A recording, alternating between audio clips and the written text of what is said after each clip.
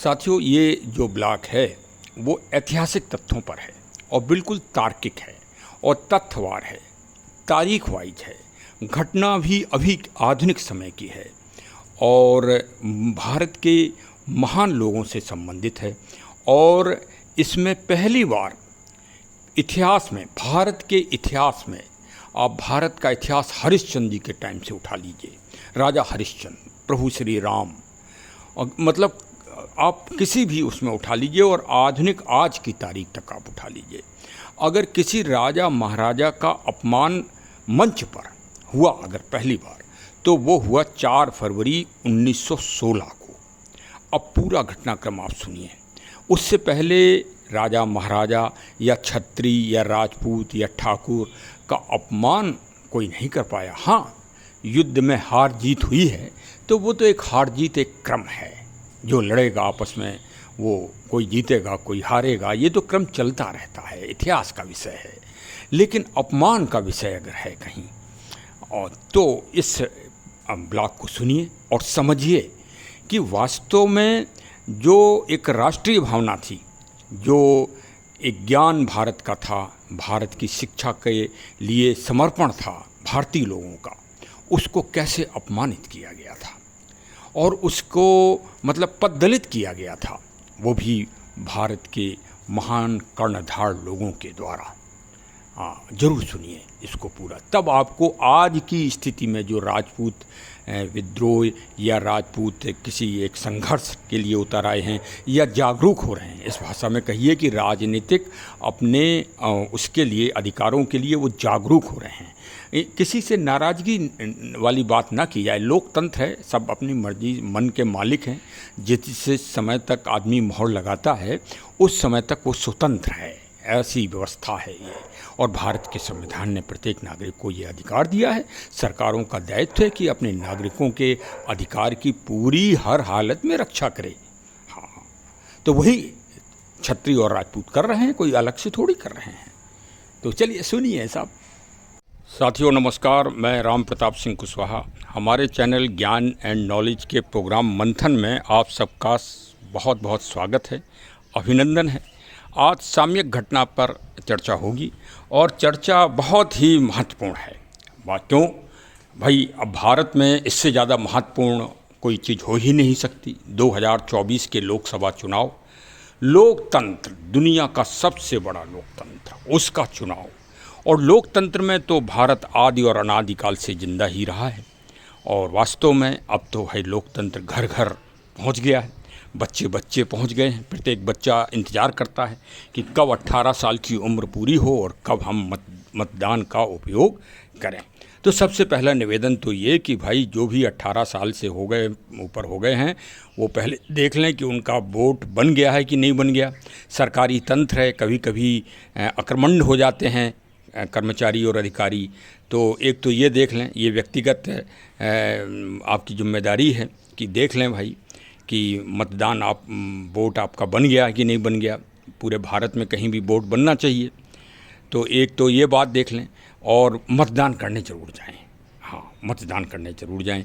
अच्छा, और आज की तारीख में, जो आज तारीख है भाई 13 अप्रैल, और सबसे बड़ा चर्चित विषय ये है कि भारत का जो एक मतलब बड़ा देशभक्त है, जिनके मतलब खून खून में, कतरे कतरे में देश का प्रेम अखंड रूप से भरा है।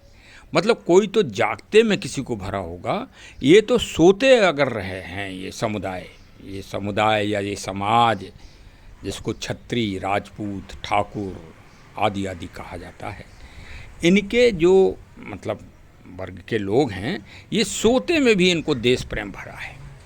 और दान देने की प्रवृत्ति है, ये दान बहुत करते हैं, आंख बंद करके दान कर देते हैं, कोई भी चीज़ दान कर देते हैं, त्यागी होते हैं ये। हाँ, और ये कभी ये अपेक्षा नहीं करते कि हमें कभी किसी से कुछ मिले। ये इन्हीं का काम नहीं रहा, पूर्वजों का भी काम रहा। और देखो, अब भारत के इतिहास का हम वर्णन करते हैं और हम आपको ले चलते हैं 1916 में। अब पहुंच गए आप 1916 में पहुंचिए और फिर पहुंच जाइए आप बनारस हिंदू विश्वविद्यालय। बनारस हिंदू विश्वविद्यालय में अब आप पहुंचिए, फिर हम आपको बताते हैं कि कहाँ से अपमान आपका चालू हुआ इस देश में। उससे पहले तो हार जीत होती रही। हार जीत में अपमान नहीं कहते हैं। कोई आक्रांता आया, अंग्रेज आए, आपने उनसे युद्ध किया, भाई वो तो 327 ईसा पूर्व सिकंदर से आपका युद्ध चालू हो गया था पौरस का। उसमें भी यद्यपि हार जीत ऐसा इतिहासकार तथा कथित कहते हैं, लेकिन हमारा जो मत है कि सिकंदर चकनाचूर हो गया था उसी युद्ध में, हताश हो गया था, उसकी सेना ने हाथ खड़े कर दिए थे। जब सेना हाथ खड़े कर दे तो इसका मतलब वो परास्त हुआ था। लेकिन हमारे इतिहासकार हैं भाई, विचारधारा बदल देते हैं देश की, और तब से लेके आज तक कोई हारा नहीं है। महाराणा प्रताप भी अगर हारे होते तो बंदी बना लिए जाते। हाँ, उनका हाथी जो रामदास था उसको ज़रूर आक्रांताओं ने बंदी बना लिया था, तो उसने भी बगैर पानी पिए 1 महीने जिंदा रहा था वो अकबर के उसमें बंदी अवस्था में। तो पानी नहीं पिया था उसने, और वहीं उसने अपने प्राण त्याग दिए थे, और उसका नाम भी बदल दिया था। अकबर ने, अकबर के जो सेनापति थे उन्होंने नाम बदल दिया कि इसका नाम रामदास नहीं, इसका नाम अलग रख दो। तो उस नाम को भी उसने स्वीकार नहीं किया था। तो मतलब ये है कि जो इस मतलब इनके वंशजों के नज़दीक जो लोग रहते हैं वो भी उसी तरह के लोग हो जाते हैं, उसी तरह की मानसिकता उनकी हो जाती है, उसी विचार शैली हो जाती है। और देखिए, अब 22 जनवरी को आपने राम जी के विग्रह रामलला जी को स्थापित किया, बहुत अच्छी बात है भाई। इससे बड़ी और मतलब एक तरह से खुशी की बात पूरी ब्रह्मांड में नहीं हो सकती कोई भी। हाँ, तब हुई होगी जब दशरथ जी के नंदन कौशल्या नंदन रामलला जी आए होंगे। उसके बाद भाई ये वास्तव में एक बड़ा कार्य हुआ, और सत्य और असत्य का कार्य है, मतलब सत्य की जीत हुई। लेकिन वहीं एक चीज़ हार गई। वो क्या हार गई? वो विचारधारा हार गई, क्षत्रिय विचारधारा हार गई, राम जी की विचारधारा हार गई, सबको लेके साथ चलने वाली विचारधारा श्री राम जी की वो हार गई। तो हार गई तो इसी को तो अपमान कहते हैं।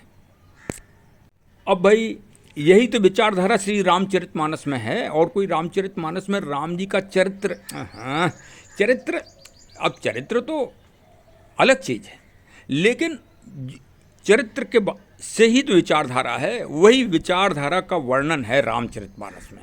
निसंदेह श्री रामचरितमानस दुनिया का श्रेष्ठतम ग्रंथ है, इसमें कोई दो राय नहीं, कोई दो राय ही नहीं है। मतलब अब यही अपमान का वर्णन तो गोस्वामी तुलसीदास जी ने कहा है, और अपमान का एक कैडर भी बताया है उन्होंने कि दुनिया में सबसे बड़ा अपमान क्या है।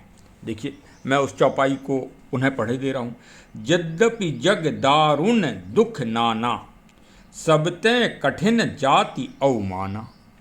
स्पष्ट लिखा है तुलसीदास जी ने कि यद्यपि जग दारुण दुख नाना, सबते कठिन जाति अवमाना। तो सबसे बड़ा अपमान अगर किसी का हुआ है तो 22 तारीख को हुआ।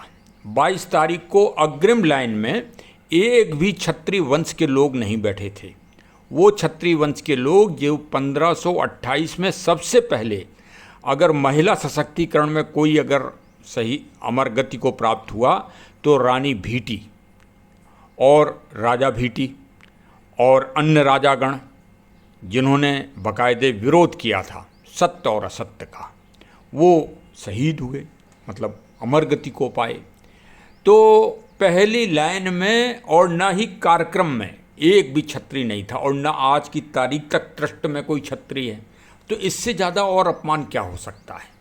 यही अपमान हुआ कब, आपको याद दिलाने मैंने शुरुआत की है। बनारस हिंदू विश्वविद्यालय, तारीख थी 4 फरवरी 1916, और पहला व्याख्यान था पूज्य राष्ट्रपिता, तो इसलिए नहीं कह सकते कि भारत के संविधान में राष्ट्रपिता का दर्जा नहीं है श्री महात्मा गांधी जी को, श्री मोहनदास करमचंद गांधी जी का पहला व्याख्यान था। और पहले व्याख्यान में उन्होंने सबसे पहला अपमान किसका किया? अपमान उस व्यक्ति का किया, श्री रामेश्वर सिंह, दरभंगा राज्य के नरेश थे, राजा थे, उनका अपमान किया। क्यों? क्योंकि उन्होंने सबसे बड़ा दान दिया था। बनारस हिंदू विश्वविद्यालय के बनने के लिए उन्होंने उस समय 38 लाख रुपए, 5 लाख रुपए तो अपने उससे दिए थे, और बकाया उन्होंने चंदा कराया था। बिहार राज्य सबसे पहले बिहार राज्य के नागरिक हिंदू विश्वविद्यालय को चंदा देने वाले थे, और जो ज़मीन दी थी वो राजा काशीराज ने दी थी। मालवी साहब गए थे ज़मीन के लिए, तो उन्होंने दान दिया था। 1 फीट ज़मीन अगर किसी ने दी हो आज तक इस भारत में दान, किसी भी, उसका आप सर्वे कर लो। हम जाति उसके व्यवस्था के हम पोषक नहीं हैं, लेकिन सर्वे कर लो भाई, सर्वे करके फिर बताओ हमको। हाँ, बाकायदे कमेंट करो, कमेंट की सुविधा दी है गूगल ने, आप भी करके बताओ।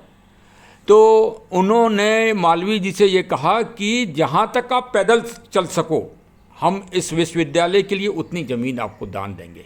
और दोनों नरेश का अपमान हुआ। राजा दरभंगा और काशीराज राजा रोते हुए मंच से निकले महात्मा गांधी जी के सामने। तब भारत की संस्कृति का तार तार हुई थी। जो दान करने वाला हो उसका अपमान हुआ था। सत्य बात है, ये आप नोट कर लो, पढ़ लो, गूगल देख लो। अगर हम कोई गलत कह रहे हों, और फिर हम अपने आप को ज्ञानी तो नहीं बनाते, लेकिन इतिहास कभी सत्य होता है। इतिहास तो दर्पण की तरह है, कोई ना कहे वो बात अलग है, लेकिन कब तक नहीं कहोगे, कब तक आप चुप रहोगे? कभी ना कभी तो आपको बोलना ही पड़ेगा। वही अपमान का फिर सब सूत्र इकट्ठे हुए और धीरे धीरे धीरे वो कांग्रेस के विपरीत चले गए। मतलब एक तरह से जो यहाँ के देशभक्त राजा लोग थे, भाई सभी राजा उसके लायक नहीं थे कि जो शिक्षा को बढ़ावा दे। पूरे मालवीय जी सब जगह ढिंढोरा पीटाए थे। जो नवाब थे उनके पास भी वो दान लेने गए थे तो उनको जूता मिला था। ठीक है भाई, पूरे हैदराबाद, अरे कोई ऐसा थोड़ी है, आप कोई गलत थोड़ी बोल रहे हैं भाई, मिला तो जूता ही था। वो जूता उन्होंने नीलाम करके फिर पैसा ले लिया। वो तो मालवीय जी की बुद्धिमानी थी, विवेक था, चातुर्य था उनका। और यहीं से एक विचारधारा का मानसिक शोषण होना चालू हो गया इस देश में। और वो मानसिक शोषण एक पार्टी के रूप में बना। वही पार्टी बनी जनसंघ, समझिए आप इस बात को।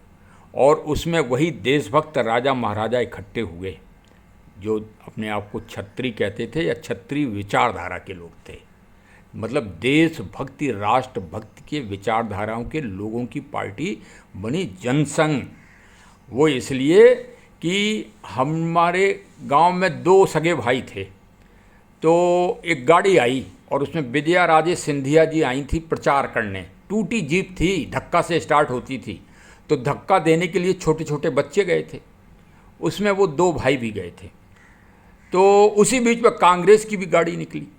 तो उन भाइयों में एक भाई तो कांग्रेस की तरफ चला गया और एक भाई बीजेपी की टूटी गाड़ी में धक्का लगाता रहा। कांग्रेस की गाड़ी उस समय नई जीप थी। भाई दृष्टांत सुन लीजिए। तो उस टाइम कांग्रेस के चुनाव का चिन्ह था 2 बैलों की जोड़ी, गाय बछड़ा। 67 की बात है, 1967 की बात। इंदिरा गांधी जी चुनाव मैदान में थी और वो था गाय बछड़ा जिसका विरोध हो रहा था। तो वो हरे रंग का वो था उनका जो लगाते हैं, मतलब बैच, कांग्रेस का जो बैच था वो हरे रंग का था, गाय बछड़े का। और जनसंघ का था जलता हुआ दीपक। तो जो टूटी वाली गाड़ी वाले भाई था, छोटा भाई, उसको मिला जनसंघ। और उनके घर में दीवार बन रही थी, दीवार में प्लास्टर हो रहा था। तो कांग्रेस वाले भाई ने, जो कांग्रेस में मतलब विचारधारा के थे, उन्होंने वो अपना बैच जो है उसमें लगा दिया दीवार में। तो बीजेपी वाला छोटा वाला भाई आया तो उसने उसके ऊपर लगाया, नीचे नहीं लगाया। ना ना ना ना ना, आज भी लगा हुआ है दीवार में, आप जाके देख सकते हो। 1967 का उस दीवार में आज भी लगा है। पुरानी दीवार हो गई है, खंडहर हो रही है, लेकिन अब निर्माण हो गया है उसका। उसमें आज भी लगा है, वो इतिहास है। तो उस दिन उसकी विचारधारा, उस क्षत्रिय लड़के की विचारधारा में ये बात आई थी कि जनसंघ देश की पार्टी बनेगी। वही पार्टी का विभ्रंश और सुधारा हुआ रूप है भारतीय जनता पार्टी। अब वो राष्ट्रीय विचारधाराओं के लोगों ने अपना संगठन भाई धीरे धीरे धीरे धीरे मजबूत किया। तो उस समय जो 1916 में सबसे बड़ी पार्टी थी भारत की, कांग्रेस, मतलब वो तो चली आई भाई। अब वो तो इतिहास आपको मालूम है, 1947 में सारा रोल उसी का दिखाया गया हैं। जैसे भाई स्थापना तो मालवीय जी ने की, लेकिन अगर राजा दरभंगा और राजा काशीराज खड़े ना होते तो वो इस एक कमरे में यूनिवर्सिटी चल रही होती आज। तो आखिर उनका भी त्याग है, त्याग नहीं, उनका ज्ञान के प्रति समर्पण है, शिक्षा के प्रति समर्पण है, उसको अपमानित किया गया था। वही अपमान वर्तमान समय में हो रहा है राष्ट्रीय विचारधारा के।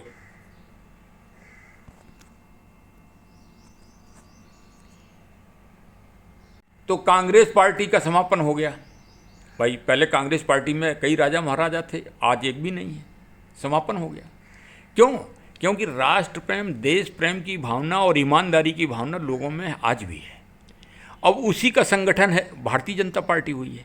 अब भारतीय जनता पार्टी ने भी वही गलती करना चालू कर दिया है कि उन्होंने ये सोचा कि अरे इनका तो, इनके पास कोई विकल्प ही नहीं है, कहीं जाएंगे ही नहीं हमको छोड़ के। वही आक्रोश है ये। मतलब इतने छत्री चिल्लाते रहे कि हमको राम जन्मभूमि ट्रस्ट में सदस्य बना दो, एक सदस्य नहीं बनाया गया। भारतीय जनता पार्टी साहब के उत्तरदायी लोगों और महानुभावों, आपका रास्ता राम जी से ही निकल रहा है, और राम जी के विग्रह से नहीं, आप धोखे में हो, राम जी की विचारधारा से। अब राम जी की विचारधारा का कौन सशक्त प्रहरी है ये आप समझ लो।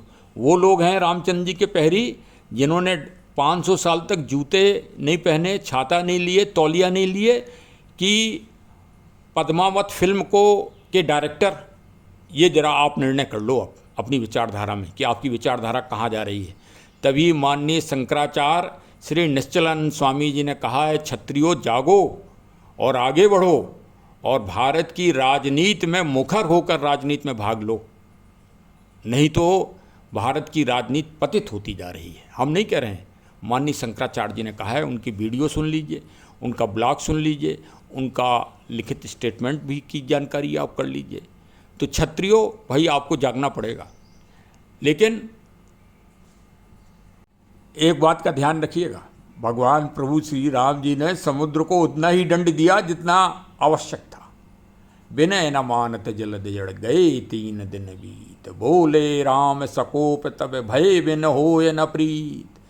राजनीति और कूटनीति में श्री रामचरितमानस से बड़ा कोई ग्रंथ है नहीं, और राम जी की ये शिक्षा महानतम शिक्षा है, क्योंकि इसी के बाद फिर राम सेतु का निर्माण हुआ है रामेश्वरम में, और रामेश्वरम जी की स्थापना हुई है। तो भाई जो भी नाराज़ हैं वो इस बात का भी ध्यान रखें अच्छी तरह से। लेकिन अब तो भाई नाम आ ही गया जनसंघवाद भारतीय जनता पार्टी के वर्तमान उत्तरादायी जो जनप्रतिनिधि हैं, वो इस राष्ट्रीय विचारधारा, देश की विचारधारा, श्री राम जी की विचारधारा का मान सम्मान करें, और जहाँ भी सुधार हो सकता हो वहाँ तुरंत सुधार करें। जब से पहला चरण जब से प्रारंभ हो, गुजरात, हिमाचल, उत्तर प्रदेश, राजस्थान आदि आदि जगह, क्योंकि विचारधारा के लोग तो पूरे भारत में हैं, ये तो कह ही नहीं सकते आप कि क्षत्रिय और राजपूत और ठाकुर विचारधारा के लोग नहीं हैं। वो तो सब में है, ब्राह्मणों में भी है, मध्यम वर्ग यादव वर्मा जी लोगों में है, पटेल लोगों में भी हैं, और मुस्लिम भाइयों में भी हैं। वो भी खड़े हो गए हैं कई लोग कि हम राजपूतों के साथ हैं और हमारा तो वही वंश हैं, वो हम लोग जरूर मुस्लिम धर्म हमने स्वीकार कर लिया। ये हम मंथन बता रहे हैं, और सोशल मीडिया में तो भाई आप लोगों को हो सकता है समय ना मिला हो, हम तो यही सुनते हैं, तो हम उसका निचोड़ बता रहे हैं आपको। तो भाई एक और तुलसीदास जी ने आगे चौपाई लिखी है, जाको प्रभु दारुण दुख देहि, ताकि मत पहले हर लेहि। तुलसी तैसी भव्यता तैसई मिलई सहाय, आपने आवो ताह्य तह तहाँ ले जाए। तो भाई आज का मंथन बहुत हो गया। समुद्र मंथन हुआ हो या ना हुआ हो, हम इसके पक्षधर नहीं हैं, ना हमारे पास इसके कोई वैज्ञानिक प्रमाण हैं। लेकिन हम ये जानते हैं कि प्रत्येक आदमी, जो 8 अरब आबादी है दुनिया की, उसमें प्रत्येक आदमी के विचारों में, मन में, बुद्धि में हमेशा मंथन चलता रहता है। नए विचार आते रहते हैं और इन विचारों की क्रिया चरे वेति चरे वेति चरे वेति। तो चलिए साहब, अब हमारे भाई हमारे इस चैनल को सब्सक्राइब कर लीजिए आप लोग, और इसी तरह सामयिक घटनाओं का अद्भुत प्रसंग सुनते रहिए। हम राजनीति नहीं करते और हम कबीरदास जी के अनुयायी हैं। कबीरा खड़ा बाजार में सबकी मांगे खैर, ना काहू से दोस्ती ना काहू से बैर। हमारी टिप्पणी, हमारा मंथन आपको कैसा लगा, आप हमें बताइए। और हम किसी जाति व्यवस्था के पक्षधर नहीं हैं। हम अच्छे प्रजातंत्र और लोकतंत्र के प्रबल समर्थक हैं, और कूट कूट कर हम प्रजातंत्र हमारे विचारों में भरा है और हम उसी को सफल देखना चाहते हैं।